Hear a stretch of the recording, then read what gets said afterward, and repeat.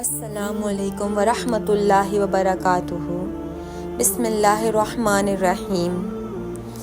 ناظرین، پچھلے واقعے میں آپ نے سنا کہ حضرت یعقوب علیہ السلام نے اپنے بیٹوں کو حکم دیا کہ جاؤ مصر اور حضرت یوسف علیہ السلام کو اور اس کے بھائی کو تلاش کرو۔ ایک بار پھر سب بھائی مل کر مصر پہنچے۔ حضرت یوسف علیہ السلام سے گھر والوں کی بری حالت بیان کی اور کہا کہ ہم اپنے ساتھ بہت تھوڑا سامان لائے ہیں، مگر چاہتے ہیں کہ آپ پورا گلا دیں۔ حضرت یوسف علیہ السلام نے اپنے گھر کا یہ حال سنا تو بے تاب ہو گئے، ان سے رہا نہ گیا اور انہوں نے اپنے بھائیوں سے کہا، تم جانتے ہو کہ تم نے یوسف اور اس کے بھائی کے ساتھ کیا کیا ہے؟ بھائیوں نے نہایت تعجب اور حیرانی کے ساتھ پوچھا کہ کہیں آپ ہی تو یوسف نہیں؟ آپ نے فرمایا، ہاں میں ہی یوسف ہوں اور یہ میرا بھائی ہے۔ اللہ نے ہم پر بڑا احسان کیا۔ بے شک جو شخص نیک زندگی بسر کرتا ہے اور صبر سے کام لیتا ہے، اللہ اس کا بدلہ دیتا ہے۔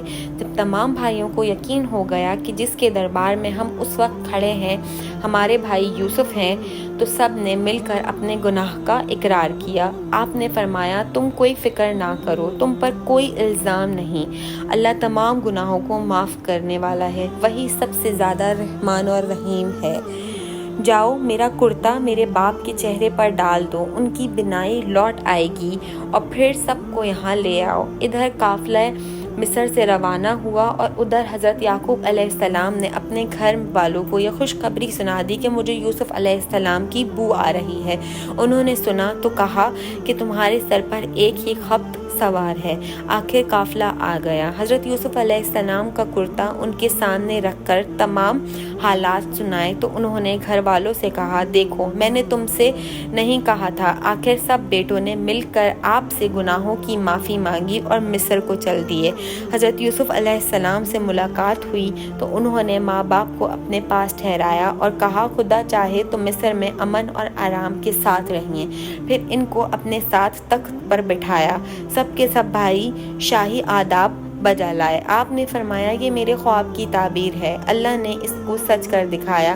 اس نے مجھ پر بڑا احسان کیا جو مجھے قید سے چھڑوایا، اور شیطان نے جو فساد میرے اور میرے بھائیوں کے درمیان ڈال دیا، آپ سب کو دیہاتوں بیابان سے یہاں لے آیا۔ بے شک میرا رب خیر کی حکمت جانتا ہے۔ اے میرے پروردگار، تو نے مجھے حکومت دی، باتوں کا مطلب سمجھا دیا۔ اے زمین و آسمان کے پیدا کرنے والے خدا، تو ہی دنیا اور آخرت میں میرا کام بنانے والا ہے۔ مجھے مسلمان ہی مارنا اور نیک بندوں کے ساتھ ملا دینا۔ غرض ایک عرصے تک حضرت یوسف علیہ السلام اللہ کے بتائے ہوئے قانون کے مطابق مصر میں حکومت کرتے رہے، لوگوں کو اللہ کی طرف بلاتے رہے، برائیوں سے روکتے رہے، بھلائیوں کو پھیلاتے رہے، مگر مصر کو اچھائیوں سے بھر دیا، اور بالآخر اللہ کے پاس چلے گئے، یعنی آپ کی وفات ہو گئی اور آپ مصر میں دفن ہو گئے۔ دیکھیے حضرت یوسف علیہ السلام کو بھائیوں کی وجہ سے کیسی کیسی تکلیفیں اٹھانی پڑیں۔